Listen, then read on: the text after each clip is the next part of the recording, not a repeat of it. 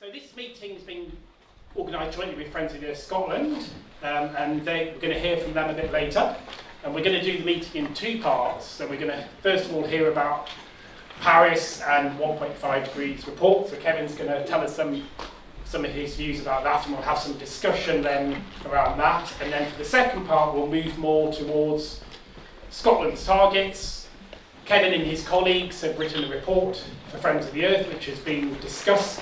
Findings have been discussed today in Holyrood, so there'll be some discussion about Scotland and particularly what we can do as a community ourselves. So we'll hear a bit more about that from Friends of the Earth later. Caroline Rance and Richard Dixon are here from Friends of the Earth, so thank you for organising this with us, and of course thank you very much to David Somerville, who's done a lot of the work behind this meeting. So Kevin Anderson, so I guess he's known to many of you. He's Deputy Director of the Tyndall Centre for Climate Change Research. He's based in Manchester.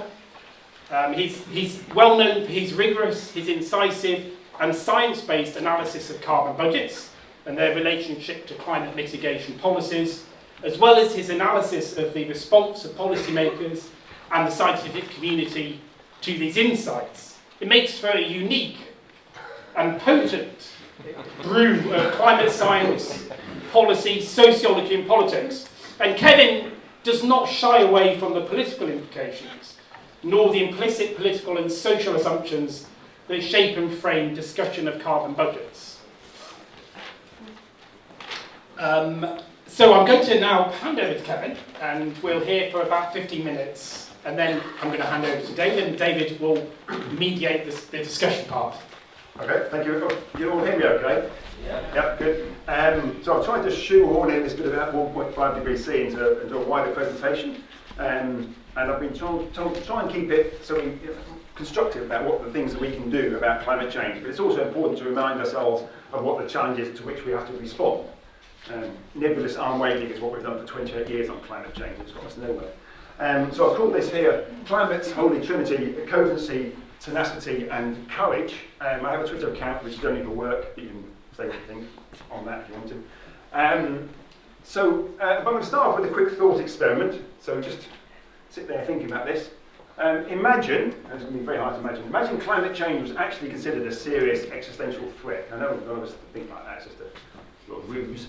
But imagine we actually thought climate change was serious.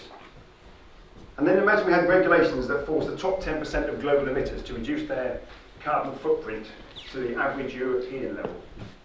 So, is that too much to ask? Just the 10%. And the other 90% do nothing, just carry on as normal. Same level of emissions. So just 10%. Some of you may have heard me say this sort of thing before, but do you have any idea what the reduction in global emissions would be?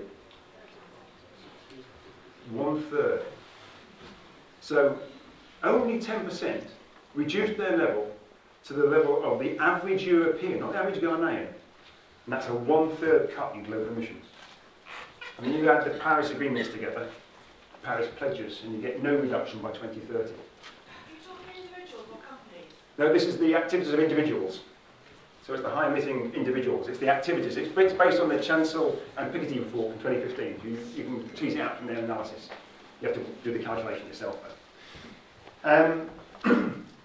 So I'm going to come back to that later, but it feeds into my provocation that the rapidly dwindling 1.5 and 2 degrees C carbon budgets, aligned with emission responsibilities that I just tried to allude to there anyway, embed equity at the heart of any real mitigation agenda. That wasn't true in 1990, when the first IPCC report came out, or in 2000. In 2018, I think equity is an absolutely pivotal central issue that comes out of the maths to respond to climate change. The taboo issue of the huge asymmetric distribution of wealth underpins the international community's failure to seriously tackle climate change. Now, it sounds like a socialist agenda, but I think you can show that again just via the maths. And only when we acknowledge these inequalities will thinking on climate change be sufficiently mature to transition from incrementalism to system change. All we've had so far is incrementalism at best. So that's my provocation. And this is the world that dominates, I think, at the moment. This is the model that dominates how we think about climate change and pretty much everything else. So you're probably all very familiar with this sort of view, the Davos fraternity, morally bereft. And the way forward, of course, is steady as she goes. We're fine, we're doing just fine. It maintains the dominant economic paradigm and continued growth, resources and power skewed to a privileged few. And I'll try and come back to this later on. It particularly holds for emissions, but I think it also holds on this, the end of austerity. I never saw austerity. No other professor did either. Only poor people saw austerity. And on climate, I would argue that the Davos paradigm is legitimised by a whole suite of what I refer to pejoratively, I'm back to say that, the climate glitterati. Mark Carney, Adair Turner, John Gummer, Nick Stern, one of the nicer ones of this group, Christiana Figueres, Bloomberg, Al Gore. These people have carbon footprints the size of very large African towns, if not small states. And they tell the rest of us to reduce our emissions. So in addition to this, this group, who no doubt fly around the world in their private jets, they're supported by a whole cadre of senior climate academics who get their kudos from rubbing shoulders with this group and occasionally being invited to talk to them. And this not support offsetting negative emission technologies, geoengineering, carbon capture and storage, and green growth. Now, there's good work being done on these things, but this is what we're going to do. This is what we're going to use to respond to these challenges. And I don't mean here the PDRAs, the postdocs. I don't mean the lecturers. This is generally the very senior, usually grey-haired, often men, but not always, professors who have said nothing interesting in the last 10 years. It's all about incremental evolution within the system. We mustn't question the system. And that's, I would argue, why we've responded to climate change with complete inaction. So let's put some bones, some flesh, the flesh on the bones of this provocation. But I'm going to start off here with a climate message from the Pope. I can't remember if we used this one before. I think we used Feynman last time, but this time it's the Pope. The Alliance of Technology, if any of you want to look at a book that captures climate change really well, I would recommend the Pope's encyclical. I'm not a Catholic, and you can miss out the spiritual stuff if you want. But actually captures a lot of the really important issues about climate change in the encyclical. He's very well advised, and he seems to be quite a good writer. The appliance of technology and economics ends up sidelining anything unrelated to its immediate interests. Whereas any genuine attempt to change, to introduce real change is viewed as a nuisance based on romantic illusions. And we so often hear that. That's not realistic, you can't do that. That'll never work. So that's the sort of language we always hear that closes down debate, that opens up, when we want to open up a box that's too challenging to the system. So what is the international agenda on climate change? Well, you're all familiar with the Paris Agreement, and what we promised to do here is take action. That's quite important, to take action. It wasn't just to talk about it. To hold to well below 2 degrees centigrade, and ideally aim for 1.5. To do so in accordance with the best science, which I would argue is broadly a carbon budget framework, and on the basis of equity. And as I was saying this afternoon in Hollywood, no country in the world has taken any notice of the equity issue. None of the wealthy countries. It's just lip service. We never think about equity issues, and I'll talk about that later on. Because how come we've all ignored that issue, including the Committee on Climate Change. But I mean, that's to say something about the 1.5 degree C report, which presumably you're all reasonably familiar with. It was in the press, and it was even covered in, I think, the Daily Mail online. I'm not sure what it said, I have to say, and perhaps I should have read it. So here we have a copy of the report. For me, there are two explicit and headline conclusions from it, and one implicit message. And I was not keen that we had a 1.5 degree C report. I think in retrospect I was probably wrong on that. I think in some ways I think it's been a good thing to have. I was very uncertain about should we spend all this time pretending we can hit 1.5, but I think there are some merits to it. So the two headline conclusions, just using a couple of these slides as backdrops from the report. The first is the great surprise. The impacts at 2 degrees C I noticed to be worse than the ones at 1.5.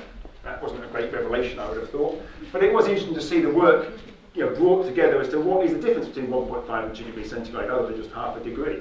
And there are some significant sets of impacts that we can tease out from the science. But it's also, I think, fair to say there's a lot of uncertainty remaining there.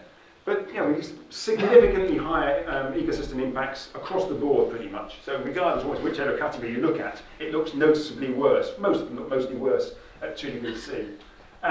Significantly higher consequent or chance of additional feedbacks, making the situation considerably worse.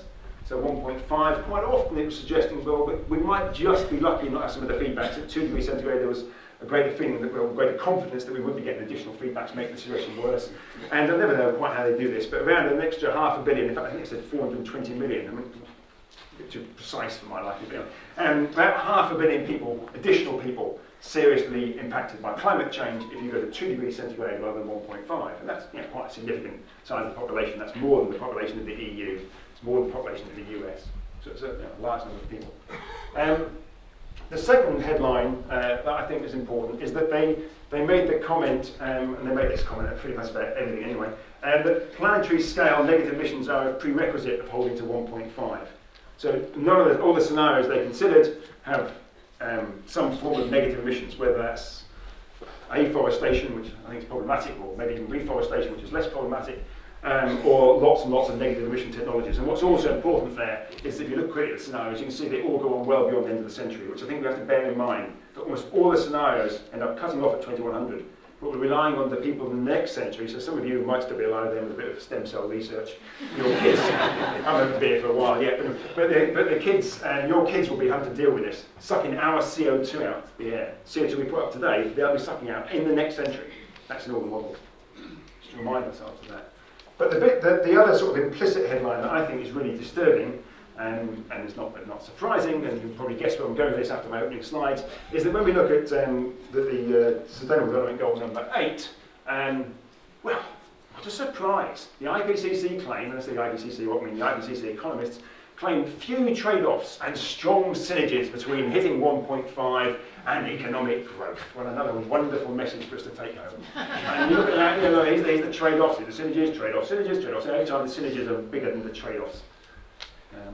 Now, I wrote a response to the 1.5 report, which is on the Manchester blog site, so you can have a look at it there if you want to, Manchester University blog site. And just to add this quote from it, which sort of captures my view. The IPCC report particularly lays out how the serious climate impacts of 1.5 warming are still far less destructive than those for 2 degrees centigrade. It makes clear 1.5 is not a safe threshold. Sadly, the IPCC then failed again to address the profound implications of reducing emissions in line with 1.5 and 2 degrees C. Dress it up however we may wish, climate change is a rationing issue. And that's what it is. We have a certain budget to spend. And one person spends more, someone else to spend less. It's a rationing issue. We don't like the language, but tough. We should have done something about it a long time ago. And I would argue that ignoring the huge inequality in emissions, the IPCC chooses to constrain its policy advice to again fit neatly within the current economic model. How can we make the Paris 1.5 degrees C fit with Davos? Because we say it's all great synergies with economic growth. So it's not a great position to start from, I think. But that's my upbeat interpretation of the 1.5 degrees C report. So I think I'll stop there, and I'll carry on after that. So back to you, Simon, or David. Was that sufficiently upbeat? Oh, that was about sort of the best then.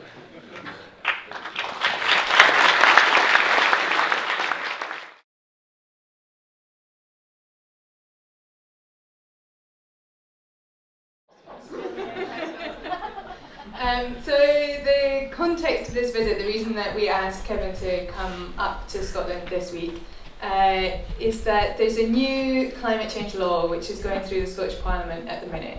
Can I ask how many people are aware of that just down the road? Oh, good, you are enough one audience. But still, there are some of you within this room who are clearly interested in climate change. You care enough to be here tonight listening to this, who don't know that this is happening. And just down the road, in the Scottish Parliament, there are MSPs literally just sitting around a committee room deciding on our future, deciding on what role Scotland is going to play in the future of the planet. And us at Friends of the Earth and Stop Climate Chaos Scotland, we're quite concerned with the discourse around that climate bill. And the reason that it came about was because the Scottish Government said they wanted to see Scotland playing our parts in the Paris Agreement. The First Minister has said that she will see Scotland playing our full part in delivering 1.5 degrees. And then the climate bill came out. It was published in May, and it doesn't do those things. It's really weak, it's really poor. It says, despite everything that we just heard, the messages of urgency from the IPCC, everything we know about what we need to do if we have any chance of keeping to 1.5 degrees, all of the kind of media headlines that you've heard about 12 years to save the world, it says, actually, in Scotland, yeah, we don't need to do anything extra for the next 10, 12 years, we'll just continue business as usual. And then maybe around 2040 we'll think about doing a little bit extra. And so it pushes all of this, it just kicks the can down the road, it pushes action way out to 2040, to 2050, and then we'll think about doing something extra. And that's absolutely not good enough. You all know that's good enough, not good enough. So, so Friends of the Earth and Stop Climate Chaos, we asked Kevin and the Tyndall Centre at Manchester to do a bit of research for us to inform this debate, because the way that the Scottish Government have approached this bill is it is quite technocratic, it's bottom up. They've kind of looked around them at the things that we know how to do today. They've said, oh, we can maybe put some wind turbines over there, and we can put some electric vehicles there, and then we can sort of add that up, and that will get us roughly to that place by 2050. They didn't look at the big picture of what Scotland needs to do as part of the global picture. They didn't take a carbon budget, they didn't factor in any equity, they didn't apportion that down to Scotland and say, oh, okay, this is what we need to do. So that's the piece of research that we asked Kevin and his colleagues at the Tyndall Centre to do. And I think it's just really important when you're fully informed at the end of Kevin's lesson, that we all understand that we have a role to play in this. We absolutely, it's not good enough to understand this intellectually and then do nothing. We absolutely have a role in this, and we have to hold those people just down the road in the Scottish Parliament, we have to hold them to account, and we have to make sure that they're making the right decisions and doing the right thing. And a very small thing that you may wish to do this evening, just a starter, is there's a clipboard making its way around, which is just very simply a message to MSPs, to your MSPs, just saying that UK, that this is an issue that they need to work on. But that's a small thing. Yeah, there will be, I'm sure, much more discussion afterwards about how people can get together and organise and collectively put pressure on. But this is a really key moment for Scotland, it's a big opportunity. So take in all of the things that Kevin says and then do something with that knowledge.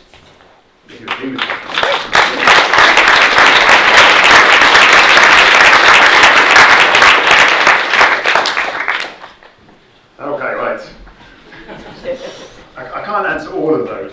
You can probably guess that because I'm hoping that in the course of your discussion, you might touch on some of these. I will do. Yeah. There will be more discussion afterwards. So yeah, okay. But I will discuss a lot more about the equity issue as I go through this, and your very important point about tribe communities who are actually pivotal, both in terms of suffering from the impact, but actually are part of the solution. And I'll come back to that towards the end. I appreciate a lot of the comments that are made on animals, and I mean what we're doing to the to ecosystems of this planet that have been here for pretty much 3 billion years, probably, of various forms of ecosystems since we've had some sort of life on this planet, and we've been here for a nanosecond and destroying huge numbers of those. I can't remember the numbers off the top of my head, but it was looking somewhere recently at the mass of domestic animals compared to the mass of wild animals, and it's just basically it's all domestic now. There are no wild animals left on this planet from a proportional point of view. So it's just really disturbing what we're doing there. What can we do about China? Well, lead by example would be not a bad idea. Close our fossil fuel industry down with some just transition for the workers. But there are lots of other things we can do about China. We're going to have to tackle the WTO on that, and I'll come back to that again a little bit later. The World Trade Organization. We need to make sure that we already don't import things if they're poisonous. If they've got lead-based paints in toys, we don't import them. Well, how come if they've got a high carbon footprint? How come we don't import those? Because they're also very dangerous to our children as well. So we have to rethink some of that sort of agenda. I don't know where to go with all this. Perhaps I'll pick them up as I go. I'll try and pick them up as I go through. Equity was an important part. I'll come back to that repeatedly, and very much professors and probably a large proportion of you here are in the top 10 to 20% of global emitters. If you're on a plane once a year, put yourself in that category.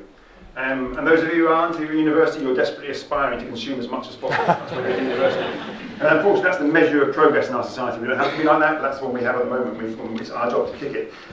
I'll make one comment on the system thing. I think the system and the individual, that sort of language is actually unhelpful. They're two sides of the same coin. And there are also important issues of leadership. Leadership is not top-down. Leadership is as much bottom-up as it is top-down. And I'll make that point some way that one of the points I wrote down here. There's a democratic contract that we have. So climate change is about politics. Not about with a big P, with a small p. Climate change is a political issue. I do not want it divorced from politics. It's not a science issue. It's a political issue. It's a cultural issue. And that means we have a role in that. In a democratic society, we have a role. We are contractually obligated to engage with our policymakers. If we sit on our asses at home just moaning and not engaging, then it's not their fault, it's our fault. So it's a partnership between bottom up and top down. But I'll come back to that a bit more. And the energy vendor, yeah, I mean, it would help. I'll probably get some boost for this, but they should not have prematurely closed down the nuclear power stations. What you do not do is close down nuclear power stations prematurely. You may not build new ones, you do not close down your existing ones. That is a stupid thing to do when you try to deal with climate change.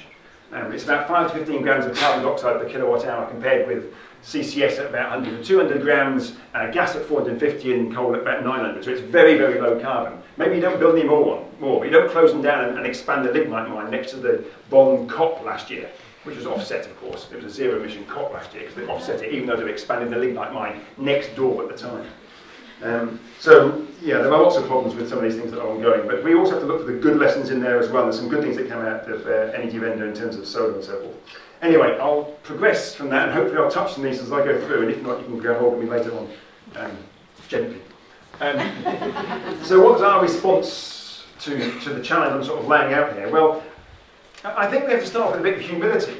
We just have to remind ourselves, particularly people of my generation. I can see quite a few of you are here of my generation, and one or two, maybe even fractionally older. The first IPCC report was 1990. So some of you here, your parents hadn't met. Your parents may have only just been reaching puberty when we had the first report out from the IPCC. So throughout all of your lives, your parents and I and other people of my generation have known what to do about climate change. Those of us that are struggling day to day. And yet in 2017, emissions were 65% higher. So not only have we known what to do, but we just watched the emissions go up. We haven't cared about your future. Little more than a fashion accessory, as I often say. And they're still rising. 2017, they went up by 1.5%, and almost certainly this year, the emissions will go up again. In 2018, 28 years after the first IPCC report, over a quarter of a century since the first Rio summit, emissions are still going up. So we had 28 years of optimistic rhetoric, smiling fools who think we're going to solve it with technology or some other simple solution. This is a much more deeply rooted problem than we're prepared to accept. And we've had a whole litany of scams to stop us doing anything. Offsetting. The amount of climate change conferences where you offset your emissions. Can you imagine what that means? If you offset emissions, double the price of your offset, which is only about £2 anyway. Double the price, pay £4, and it's a negative emission technology. You're sucking the CO2 out of the air, apparently, you're flying around the world. Utter crap. So you're paying a poor person to die it for us. But governments love this. That's why they developed the clean development mechanism, so they can pay Ghana to reduce the emissions for us expanding our road network. And then we have the emissions trading scheme, with so many permits issued that actually the prices remain virtually zero. Now, that is changing. But years later, after we've stuffed all this CO2 in the atmosphere, we've got afforestation, which actually has been used in Sweden now. We're going to expand Arlanda Airport around Stockholm, the main airport in Sweden. There's been compensated for emissions because we're going to expand the forestry in Sweden. Plant a tree, expand an airport. Speculative negative emission technologies. When all of these things fail, we're already embedded in virtually all of the models that advising governments assume that these things will work. And not that they'll soak about 100 million tonnes here and there. You're talking about hundreds of billions of tonnes of CO2 to be sucked out of the system by these technologies that we don't really have yet. Well, we do not have. They may work, they may not work. Fusion may work, fusion may not work. And then when that fails, we've already got economists and engineers coming together to look at firing rockets into the stratosphere to spread out sulfur particles to reflect sunlight into space, or cloud brightening, which may be slightly less problematic. So we've already got people looking at these things. What we haven't done is reduce our CO2. Think it'd be a reasonable thing to do? Reduce our CO2. And we like to think it's all about China. Well, let's look at the UK or Scotland or Sweden or Denmark or France, the climate progressive countries. Imagine them as PLCs, so you're not just worried about just the convenient boundaries they use. So all leading on climate change, yet their emissions have reached virtually unchanged since 1990. So we'll often hear politicians and co-opted academics telling us how we've reduced our emissions. But actually, look at Scotland. It's had no reduction in its emissions in how it operates since 1990. Nor is the UK, nor is France or Denmark. And in aviation and shipping, remember the climate only cares about carbon dioxide emissions. It doesn't care about your convenient accountancy framework. And what we've done internationally, we just said that emissions from aviation and shipping are the responsibility of God. Because no country takes responsibility of them. But they do change the climate, surprisingly. Basic physics. So add in aviation and shipping, imports and exports, and we've had no reduction from these climate progressive countries. And that gives a very different reflection, I think, position to start from. Some humility. My generation has chosen to fail the next generation. And if you're the next generation, you should be really pissed off at me. But there's no point in just being angry. You've got to be angry and you've got to be constructive. So how do you tone your anger down and make it come together collectively so you can start to drive change? Remember, you have power.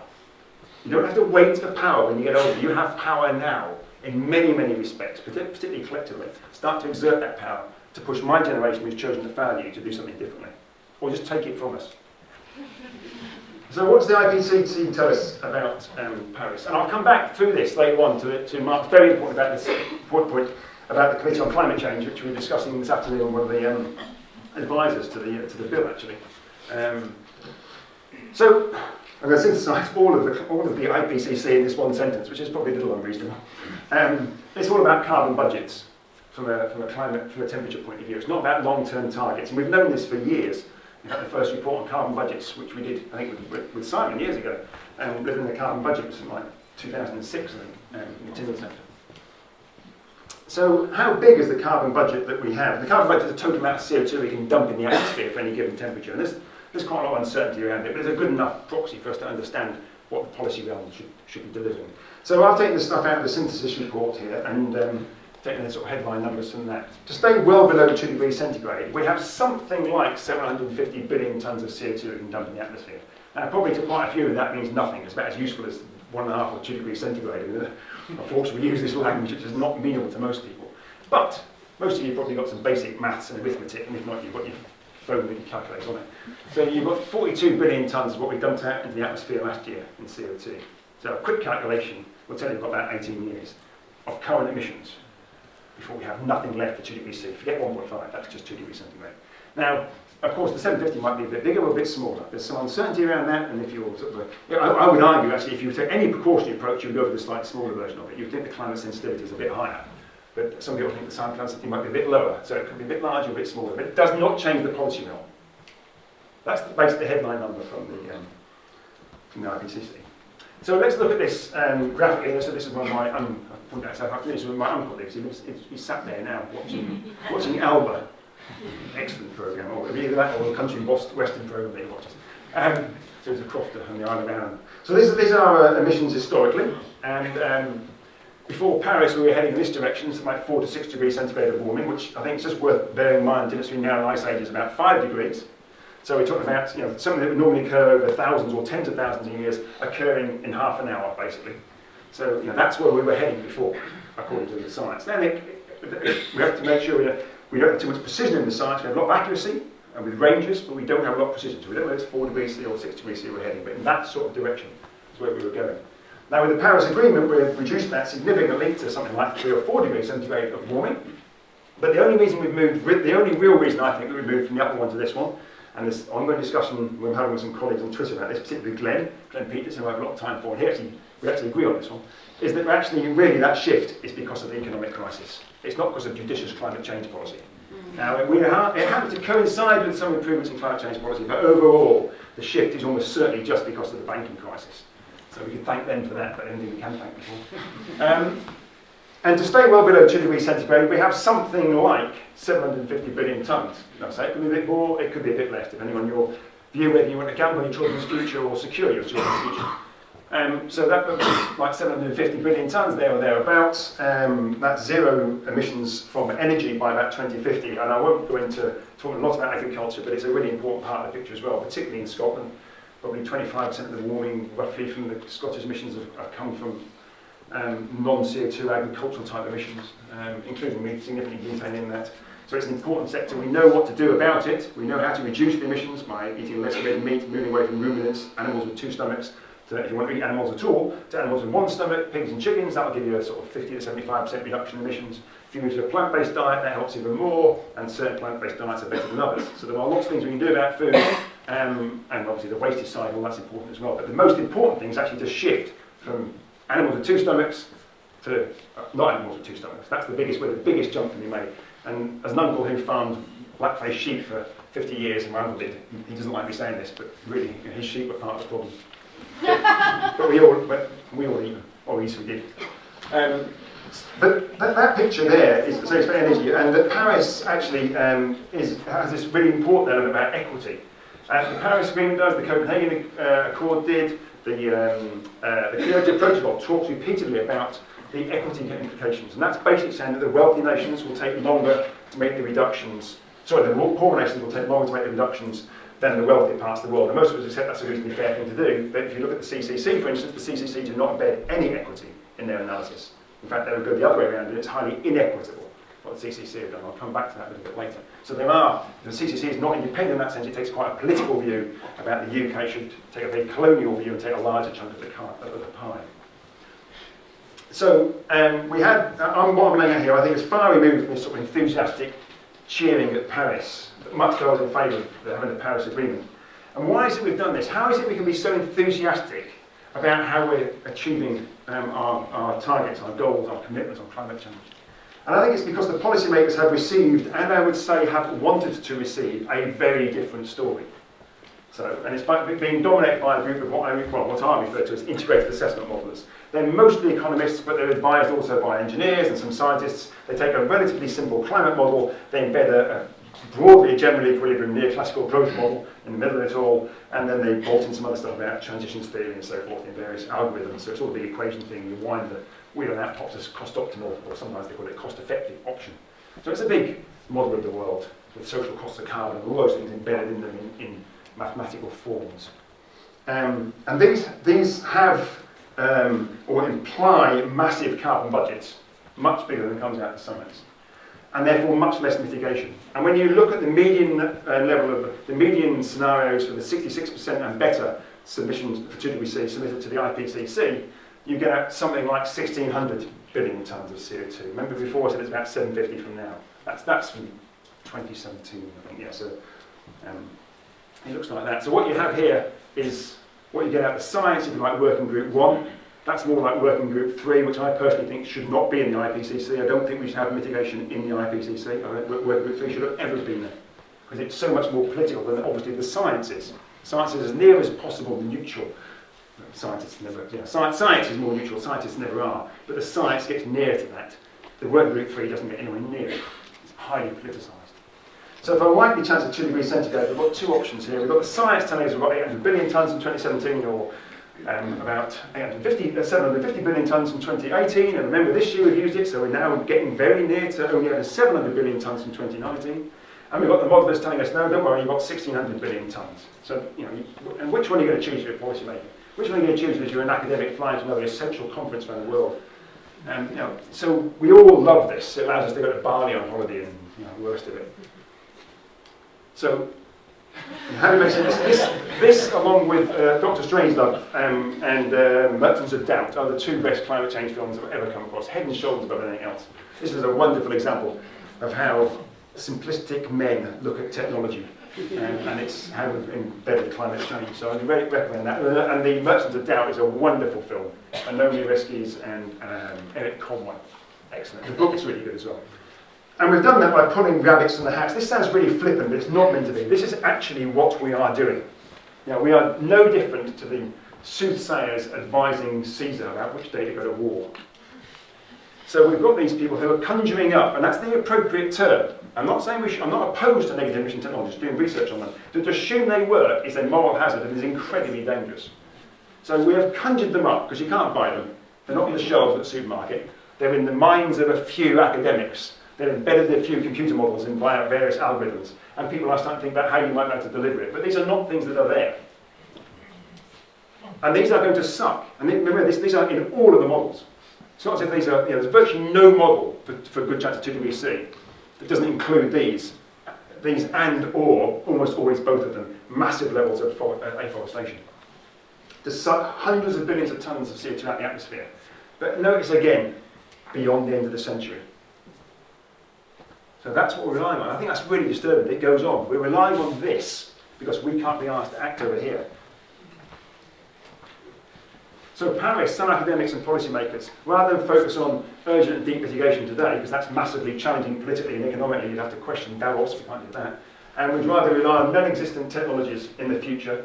And so when I say we, I don't mean we, of course. I'll be retired living in Tuscany, you know that. I mean, the younger people here, you invent the technology and suck our CO2 out with you, and pass it on to your kids to do the same thing. That's what we're doing. So we're going to suck huge quantities of CO2 out of the atmosphere.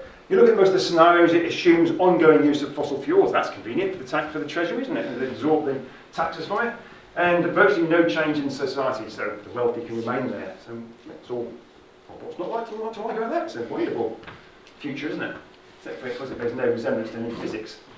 So how do we go from a global position to Scotland? So I'm going back to our report now, how we shift from one to the other.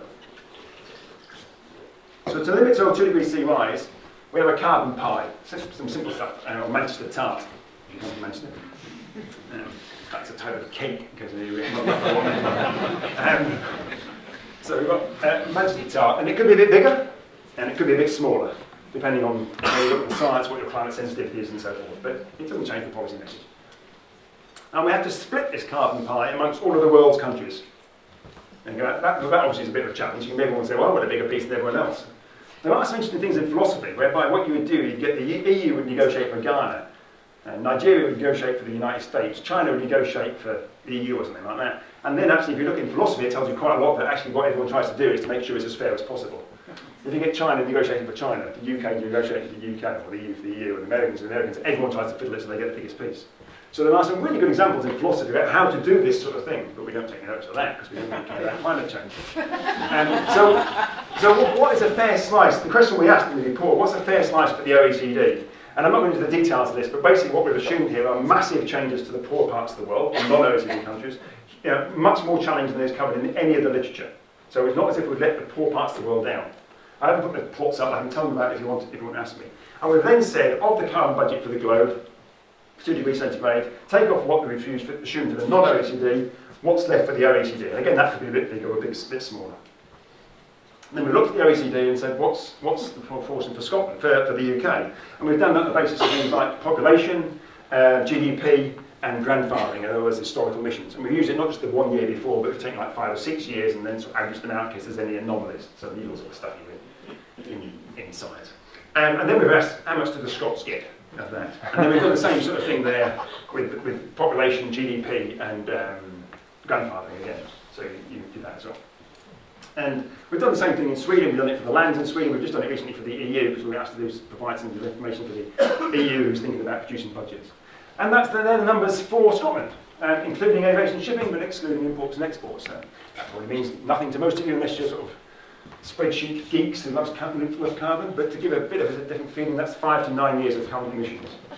5 to 9 years to blow 2 degrees C out the window. Not 1.5, 2 degrees. And remember, this isn't a really fantastic chance of 2 degrees centigrade. This is just a reasonably good chance. You wouldn't get in a plane. Hopefully you wouldn't get in a plane at all. But if you were to get in a plane, imagine that, then you wouldn't get in a plane if it had a sort of 1/3 chance of crashing, would you? Probably not. Yeah, we've probably got quite good for emissions because people very quickly stop flying. But yeah, that's what we're prepared to accept here. So 5 to 9 years only for sort of 66% chance of 2 degrees centigrade. So what was that picture again? Twice. So if we take those budgets and say, well, what does that mean in terms of mitigation rate? Because the overall budgets don't necessarily mean a lot to a lot of people. It's about a 10 to 15% reduction in emissions every single year, starting now. And when I say now, I mean at the beginning of this year. So we're already a year behind. And remember, cumulative emissions mean that every year you don't hit your percentage, the next year the percentage is higher. And that's the big problem that I think a lot of people really struggle to grasp. It's different than long-term targets. So if you hit 7% this year, well done, except for you're still way below what you should have been. So next year you're going to have to hit maybe 11 or 12%. And if you fail that again and just hit 8%, then it's going to be higher again. And that's the problem, because my generation chose to fail for 28 years. So there's very little budget left. You need to look at a total reduction from carbon dioxide from energy of about 80% by 2030. Completely different to what's in the climate bill, what all the sort of rhetoric we normally hear, or indeed what we hear from the Committee on Climate Change. And a fully decarbonised energy system by about 2035 to 2040. That's ships, industry, fridges, cars, everything. And remember, only 20% of the energy we consume at the moment is electricity. 80% of it is not electricity. So there's a massive agenda just trying to electrify a lot of things, as well as making low carbon electricity. Let's compare this with the CCC, which I have a lot of time with them. Chris Stark, I've had a few meetings with him now, the new CEO at the CCC. I think the Climate Change Act, was saying today, I think the Climate Change Act is a wonderful piece of legislation. It's way ahead of, it was 2008, the Climate Change Act. It's way ahead of Sweden's climate law that's brought out this year. It's still the best that's there. The problem it relies on the minister with integrity to instruct the CCC to do things that, to be more independent, to do the analysis more brutally, rather than just relying on asking them to really do things and massage it around an economic framing. It also, I think, requires the commissioners of the CCC, going back to Mark's point, I think the commissioners of the CCC, even though I've got a lot of time and respect for them, I think they have let us down. I think the commissioners of the CCC have not held the line of integrity that I would expect people from their scientific foundation to have done. I think they have sold out. So I think the CCC has been only semi-autonomous from government, and has taken a political agenda, not a scientific agenda. Having said that, the Secretariat are excellent, and they would give a scientific agenda if they were asked to by the Minister and if the Commissioners supported them. So there's the CCC scenarios, or general pathway. Take away the noise and plot out 2 degrees centigrade and look something like that. And it's almost the same if you use the Swedish climate change law as well. You get the same sort of thing. 2 degrees C is so much more demanding than what the CCC is saying. Remember, that's 2 degrees C, not 1.5. Why are there such differences? I'm just picking on some of these ones now. First, the CCC's analysis is for an 80% reduction by 2050. It's actually not for 2 degrees centigrade. Now, I would argue that actually in the early days they used a framing of 2 degrees centigrade, a probability of 2 degrees centigrade that fed into the 80%. But they repeatedly have told me, when I've really pushed them on this, Chris Stark and others there, that they have not given advice on either 2 degrees centigrade or 1.5. And I've repeatedly pushed them on that. They said, we give guidance on the 80%. Now, the 80% came out of a view of 2 degrees centigrade, but they no longer advise on that. Of course, they can do if asked to by the Minister. And the Minister has not asked them to look at 2 degrees centigrade. The Minister has asked them to look at 1.5 degrees centigrade, but with no change in the budgets up to 2032. In other words, don't look at anything. The Scottish Minister, thankfully, has written a letter which actually says, no, you can open up the box between now and 2032 as well. So the Scottish Minister asked the CCC to do something that is really important. But the UK Minister, Claire Perry, said, let's close the debate down. So the CCC also assumed a planetary uptake of negative emission technologies. The most conservative reading you could have in the CCC's work is 3 billion tonnes of CO2 sucked out of the atmosphere in the future when they're all retired. I think it's probably nearer 7 to 10 gigatons sucked out for the UK. So that allows us to have much less mitigation rates. So we would argue in our work we have not included negative emission technologies. I would hasten to add, we think we should research them. There should be a major funding programme on negative emission technologies, but we should not assume they work in our scenarios. Instead, we assume they work in all of our scenarios. The CCC ignore the equity steer in Paris and every other agreement as well. So they say, we want a larger piece of the pie, and then they work out what's necessary to deliver on that large piece of the pie. I think that's unfair. I think it's not in line with Paris. And I think we should be pushing the academics, again, well, we're always typical quiet people, but we should be speaking loudly about this, saying that's not in line with what our commitments are. We explicitly embed an equity dimension in our work, which is why it's so different. The CCC analysis is for all UK CO2. We're focusing just on the energy component here. We've done the Scottish report, we've looked at deforestation and process emissions, but the reason we've separated these out is that process emissions from cement, which are about 7% of the world's emissions at the moment, that's from the manufacture of the chemical process of making cement. Cement is essential for the development of poor parts of the world, and indeed for making the low carbon agenda in rich parts of the world. And to penalise poor parts of the world who want to have a decent infrastructure, I think is unfair. So there are no alternatives at scale yet to cement. So we've made some scenarios about that, with lots of other things in there to make it as low emissions as possible, as quickly as possible. But I think it's really important. And just give some sort of idea that in the EU, I think we use about 300 kilograms of cement per person. The Chinese use about 3,000 kilograms per person, because they are building an infrastructure that we already have. Deforestation, we've already deforested and used the land for all sorts of things, and then we blame other people, then deforest. I don't think we should be deforesting, but I think we are part of the problem. When Brazil chooses to deforest, or Malaysia or Indonesia, that's partly our problem. It's not just theirs. We've done that. So I think just to blame them for it is inappropriate. So I think these things should be global overheads. And we can discuss that later, we think so, because there are no alternatives to those things at scale. And the CCC use 5-year budgets and which exclude aviation and shipping. I think they should be included. Now, I understand the Scottish Parliament is actually including aviation and shipping, so all credit to it for doing that. I'd love to know how it's actually doing it, but it's good that it's actually doing that. But the UK is in the 80% target, but it's not in the budgets. Don't ask me what the logic is for that. I can't understand it. We include aviation and shipping. So there's some big differences between us and the CCC. There are some other ones as well, but I would, if you think what they're doing there is right, then you get a different budget. So let's come towards the end now. Let's look at some real action on climate change. What can we do to deliver on it? I just realised I meant to put some other slides in that I took out. Anyway, never mind. They were the ones that actually said what we do need to do.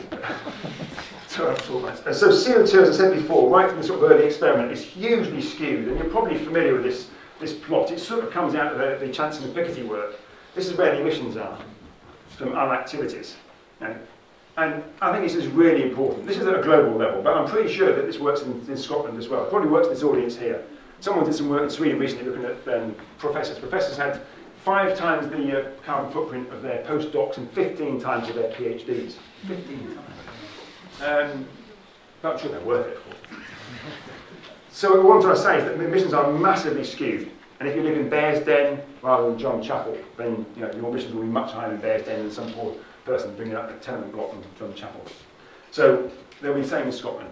Most emissions are due to the activities of a few. 50% of global CO2 comes from 10% of the world's population, and 70% of global CO2 from just 10 to 20% of the population from our activities. That's the industry's doing things for us, so industry's factored in there. These are all emissions globally.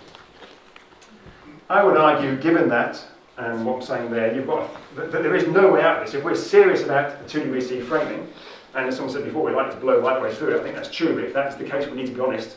We need to let poor people know in other parts of the world that we're not going to make reductions for them, and therefore they need to be adapting to 4, 5, 6 degrees. So we should be honest about that. But if we are going to hit the 2° centigrade, I would argue this is a framing for it. I'm not saying what the details would be, but first, you have to get off the emissions curve now, and there's no way you can do that with kit and tech. Even though as an engineer, I really wish you could. Just sort of said, I am a mechanical engineer who design and build offshore oil platforms, so I've got some idea about engineering. We need profound changes that have to be regulated for by the high emitters, by people like me. This audience perhaps is slightly different, but my guess is most of us are fairly high emitters. And so we need to see that, and that can drive emissions down very rapidly indeed. Another start gets off the curve, and it also allows the poor parts of the world to see their emissions rise, which is what we want. I want to see emissions in poor parts of the world going up, because I do not want the poor to suffer as a consequence of climate change. I want them to benefit from it. In the near term, we need also, and this takes a little bit longer, but not much longer, very stringent energy efficiency standards, and conservation as well. But we have to watch out for the rebound effect. You have this paradox that every time we save some money on one thing, we buy a jet ski or another flight. But that's not insurmountable. We can do lots of things around that with progressive metering tariffs and all sorts of other tools that we can use to address that. And of course, we do require a massive shift in our energy system to becoming fully decarbonised. Not low carbon, zero carbon. It's one of the reasons CCS can't be part of it. CCS is going to be 100 to 200 grams, as I said before, per kilowatt hour. It's very high. So 10 to 30 times higher than renewables and nuclear. So we need and I put it Marshall style, not because I think George Marshall's plans to stop the communists coming into Europe was the right thing, or perhaps it was the right thing, but it was not for those reasons. But actually the reconstruction of Europe after the Second World War gives us a flavour of the sorts of changes we're talking about. We're not talking about piecemeal adjustments with the odd bit of carbon tax and all the other tweaking that the integrated assessment models and everything else does on this. We're talking about something much, much more fundamental. This is akin to the shift in productive capacity of society in World War II. I mean, people don't like these metaphors, but they capture the essence of what we're talking about here. Even if we don't have to agree with why we're doing it, we're not going to make tanks this time. We're going to make trams, hopefully. And just to give a flavour of what this is like and why it is we don't like it. When I say why it is we don't like it, I mean why it is that we, the people that set the agenda, the Davos set, including us literati professors, why we don't like this. Because it actually means that the resources and the labour that go into allowing us to have large homes, holiday homes, second homes, prestige cars, SUVs, multiple car ownership, highly mobile lives, frequent flyer miles, all that sort of nonsense, business and first class, or high levels of consumer goods, and a reliance in Scotland on the oil and gas industry. The resources gone into those, both the labour and the economic resources, this is not an issue about being socialist. This is simply saying that those resources are needed to make the Marshall-style transformation of the energy system. So we can go back to all this inequality once we've got back to zero energy. But there may be some other sustainable development criteria we may want to consider. But from a climate perspective, all I'm interested in here is getting us off the carbon-based energy system. So once we go back to that, we can head back to massive inequality and all that other stuff that we want. So it's not a socialist agenda, it's simply an agenda of maths, science, and our commitments. We need a zero carbon industrial strategy, and we can now talk about that again. That language is likely spoken about in industrial strategy. People of my generation will know that for 30 years or so that debate was closed down. You couldn't have industrial strategy. You had to believe in something called free market. Which, of course, there's never been any free markets, and there has been no market mechanism. But anyway, so there's a positive narrative around this. This is massive. This comes back to the gentleman's point over there. There's massive jobs opportunity here. Secure, high-quality jobs for the next 2 generations in making the transition. Just look at the rubbish housing in Scotland. I quite like it aesthetically, but it is terrible thermodynamically. As my Swedish friends point out, their tents are more efficient than our houses. and so we need to retrofit the existing housing stock that's going to be here in 2050, which is probably most of the houses. 25 million houses in the UK, probably most of those, 17 million or so, will still be here in 2050. We need to make sure all new houses are passive houses and perfectly help produce energy as well. So there's a whole lot of work there. We need to eliminate fuel poverty. Every government has tried to do that and fundamentally failed since the Second World War. And so we spend a fortune on health and bills for kids with bronchial problems because they're living in houses that are full of fungus. I know that the landlords are making a fortune. We need to improve our urban air quality. Particularly, of course, it's the poor kids living in the inner cities that are getting affected by the rat routes that we all use as we drive in and out of the cities. So the IPPR does some interesting work on that in London, and look at the equity implications of the congestion charge. Strong indigenous tourist industry. Every pound that flies into the UK, £2.73 flies out from a tourist point of view. Not surprisingly, because it's often a bit warmer somewhere else. A prosperous and healthy future for our own children, and perhaps showing some international leadership. You know, actually, in this case, I want to say it's to Sweden and also in Scotland. I think you have a sense of being a more progressive place than the UK. I'm not saying it's all going to be easy. I'm not saying that you all agree with that. But I do get, maybe I've just been romantic because I've been coming here for so many, all my life I've been coming here. But it does feel somehow slightly more that it has a social contract. Sweden's got it much more strongly. Scotland still feels like it has something like that. Look at the referendum in Scotland. It may not think it was very good, but it was much better than the crap we had about Brexit. That was how not to do a referendum. The Scottish one, regardless of whether it went one way or the other, I thought it was a much richer debate that was had up here. And that was okay. There were lots of problems with it as well.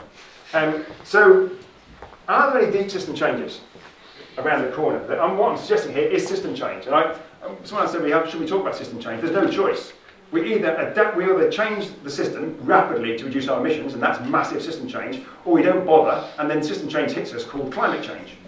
So one has a slight time lag. So system change is inevitable. It's a natural outcome of our failure to date.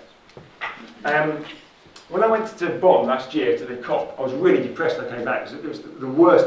I don't know if there's many of them anyway, because they don't fly, so it's quite hard to get to them. I get to Bonn. And it was the worst I've ever been to. And I started to think about it, and I sort of wrote something on the way back. And really, what I was thinking about was that, whether it's politicians, scientists, academics, businesses, journalists, civil society, we're all going to hell in a handcart. And we're going there fast. And I think we need to be honest about that. But my question then to myself, I was really depressed. It was a 2-day journey back to Sweden. I was really quite depressed. So I wrote this cathartic piece for myself. Is there any light in there? I started to write it, because often when you write, you start to think differently. And there's a wonderful picture of all going to hell in a handcart. You could put your choice of politicians or...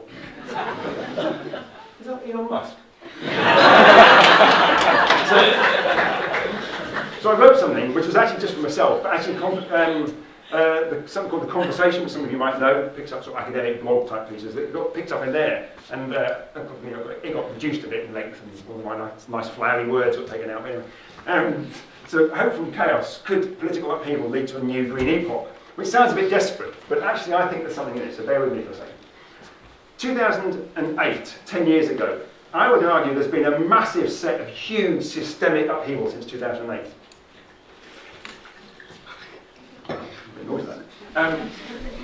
First, the banking crisis. Go back to 2006 and say, I think the Chancellor should sign a cheque for £500 billion for next year. And of course, no one would dream that was appropriate at all. You've got enough. Yeah, there's something there. Yeah, sorry, it's the air getting in that's makes. No, that's fine. So, quantitative easing. I think the banking crisis was something that no one envisaged occurring, or virtually no one. It was a massive system change. I'm not saying these are good or bad. I'm not saying any of these things are good or bad. You can make your own judgment on that. And we had quantitative easing, massive quantitative easing. My personal view is we shouldn't have spent it all on the banks. We spent half it on the banks and half it in the civil engineers to do our infrastructure. Social media. Who would have ever thought that social media would take off like it has? And after the last election, it was interesting hearing a number of editors on Radio 4, high-emitting, privileged, middle-class person who listens to Radio 4, and they were talking about the idea that actually they no longer made the weather on the elections. They said actually it's social media. And a lot of people argue that's the same for Trump and Obama, and to some extent Bernie Sanders. But then Sanders and Corbyn I think are really interesting. The idea of the Americans, not that far off. I mean, Sanders has stood against Trump. There's a reasonable chance, and quite a lot of people have said this, that he could have beat Trump because he's actually anti-establishment, because Trump's just a rich boy. So there would have been an interesting competition between the two. So, but the idea that Sanders, a man who said he was a socialist, wasn't shot is quite an achievement in the States. So this is a system change. But Corbyn, everyone was against Corbyn. The PLP, his own bloody party, were against Corbyn. The newspapers were against him. The Guardian was against him. The Eye was against him. The BBC was against him. No one liked Corbyn, except for the social media. And he did remarkably well. And he has changed the discourse, whether you like Corbyn or not, he has changed a lot of the discourse in the UK as a consequence. So I think these are really interesting system changes. Brexit and Trump. Go back 10 years, who would have thought we'd had something like Brexit that would be coming out of the EU? I mean, that wasn't something that people were envisaging, other than maybe Farage was, I don't know. And who would have thought something like Trump were getting in the US? I mean, it's like, not Forrest Gump, that'd be much better. But anyway, we thought it's pretty bad with Bush too. But, but Trump is an amazing character in some respects. But actually, they raise questions about the importance of the establishment and how come questions are being asked about that establishment. That's what's really important here, regardless of whether you think it's a good or bad thing. The Arab Spring. No one saw the Arab Spring coming. Okay, it turned out to be a utter disaster, and I'm not saying it's a good or bad, but no one expected the Arab Spring. The plummeting price of renewables that keep coming down at the moment, they're not stabilising at the moment, they seem to keep coming down. And that's causing a lot of problems for investors in energy, because you don't know whether what you invest in today is going to be much cheaper tomorrow. And the massive rise in the concern of fossil fuels, I think, and even the IMF saying that fossil fuels are really problematic. So I think there's a whole suite of these things, and what I try to make the comment here is that in themselves, each of these disruptions, they are massive disruptions. When you live in a nice environment like Edinburgh, and you're coming out of university every day, we forget these things happen to us. Even the austerity agenda, I mean, that gentleman was talking earlier about people he's dealing with, they suffered the austerity agenda. Simon and I don't think we stopped the austerity agenda, did we? We didn't have to really cut off where we went for dinner or where we went on holiday. So the austerity agenda was felt by some people and not others. But there were still big disruptions. But they were evolutionary, I would argue, in contemporary society. But broadly aligned, I would suggest that you could see something here that guides more towards a much more revolutionary shift in society.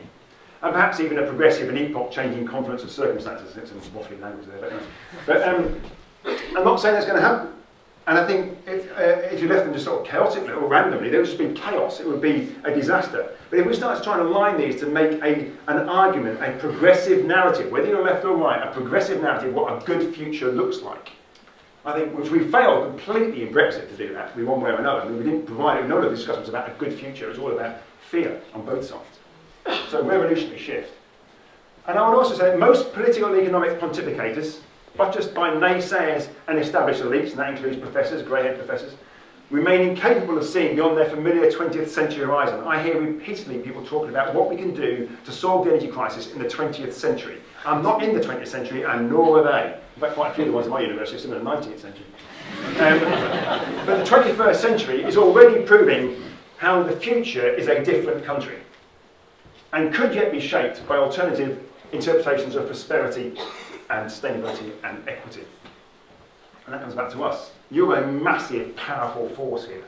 You can change the way that people vote, or the way that the MPs and MSPs vote in Scotland, by your engagement with them, or by your not engagement with them. Either way, they'll be influenced. So do we have something we can offer this new agenda? I would prefer to think post-growth. I don't want to go on about growth one way or another. I think it's a completely unhelpful term to use. Homogeneous framing of the whole of society in one unit called dollars or pounds or WAN or something. Be open-minded about technical opportunities and limitations. Far too many of us as engineers are wedded to particular technologies. We need to be much more technology agnostic, but think about the broader sustainability criteria. Consider short-term rationing of energy. That's what the issue is about. We have to ration energy, because in the short term you can't make it decarbonised, so ration it. Stand up to the bullying of the status quo, the city, the Davos set. The amount of academics I come across, particularly PDIs, who feel, to some extent, curtailed in their freedom to speak by their supervisors. We need to open that agenda up. We do not want to hear too much more from people like me. Do we have the cogency, tenacity and courage to escape? I was tempted not to use this language because it all sounds a bit too picking on this easy expression neoliberal, but I couldn't really find another way around it. I think it does describe it. You know, the neoliberal consensus that we've had, not consensus for most of us, the neoliberal consensus that has driven a lot of the elites in our society post-Second World War, really. I think, do we have the courage to question that? I think we're going to have to if we're going to solve climate change. So to conclude, climate change is system change. And if we want to use the sort of logic of carbon budgets rather than the astrology that informs most of our modelling work to date, I think it begs fundamental questions of our norms and of our paradigms. We need to transform the energy supply, literally the Marshall-style transformation of it, you know, moving the resources of society to help do that.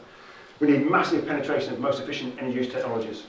We need profound shifts in the behaviour and practices of people like me and the high emitters, not just the Al Gores, but you know, plenty of us in that top 10, 20%. We need to reframe success, value and progress. I mean, as you just think about the people who seem to be successful in the news and everywhere we look, it's all those that have massive carbon footprints, have massive consumption. That's considered success. Living in a small terrace house somewhere is not successful. That's a sign of failure. It's like Maggie Thatcher said years ago, if a man's on the bus, they've obviously failed. You know, they shouldn't be on a bus, they should be in a private car driving around. And that is not the way we should be looking at the world. We need to reframe that issue. And I also think, I did a lot of work in economics years ago on my PhD, even though I'm an engineer, and I do think our current economic model is simply not fit for purpose. In no other discipline would you use the current marginal economic growth model. It's all about small changes near equilibrium. What we are absolutely certain about, we're talking about system level changes far away from equilibrium. You would never use laminar flow to understand turbulent flow in aerodynamics. You would never use Newtonian mechanics to understand quantum mechanics. So almost every other discipline has different framings at different scales, but not economics, not the current form of economics. There are plenty of good schools out there, ecological economics and so forth, but the current one, simply not fit for purpose. Great for telling you about competition between sock shops on the high street, but not telling you about whether you should put a certain technology in India or something like that. So it can't deal with those. This has a start now and be completed in about 3 decades.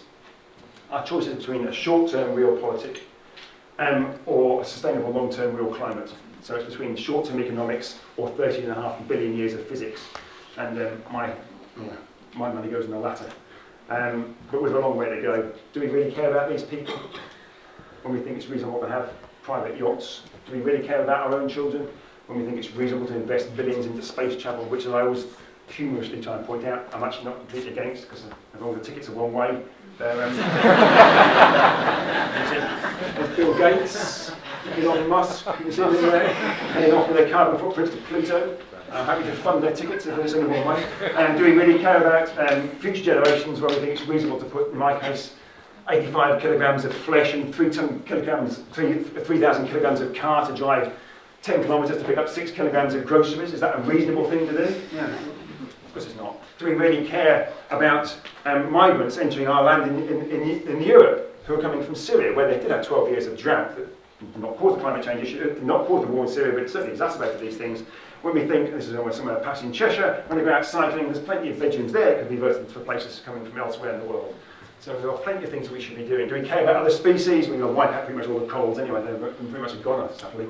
When we think it's reasonable to establish a gas network. Now, Sweden's building a new gas terminal in Gothenburg. The EU is planning a whole suite of new gas pipelines to bring gas across to Europe for the next 30, 40, 50 years. Gas is very high carbon fuel. Do we really care about living in this amazingly beautiful, stunning planet, floating in this inky darkness? We don't know anything like this nearby that we can get to anyway. When we think it's reasonable to fly to a climate change conference or a holiday in Bali. Ultimately, as Alex Steffen said, winning slowly is basically the same as losing outright. In the face of both triumphant denialism, Trump and his friends, and predatory delay, I would argue pretty much everything in the UK, Scotland, all the climate progressive countries in the predatory delay one, trying to achieve climate action by doing the same thing, the same old ways, guarantees defeat. It means defeat, it guarantees defeat.